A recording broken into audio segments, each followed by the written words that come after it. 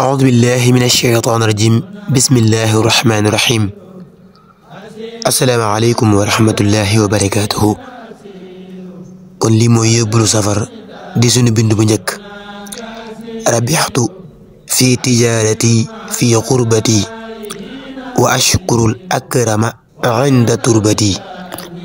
Sëriñ Tuuba Cheikh Ahmad Bamba nee na tonawu naa maanaam am naa bénéfice ci sama njaay mi ma doon jaay yàlla sunu borom subhaanahu wa taala mooy tumuranke gi mu tumuranke woon ci tukki bi ci géej gi loolu nag danaa ci sant sama borom subhaanahu wa taala ci sama dëkk bii di Tuuba wassalaamu aleykum wa rahmatullah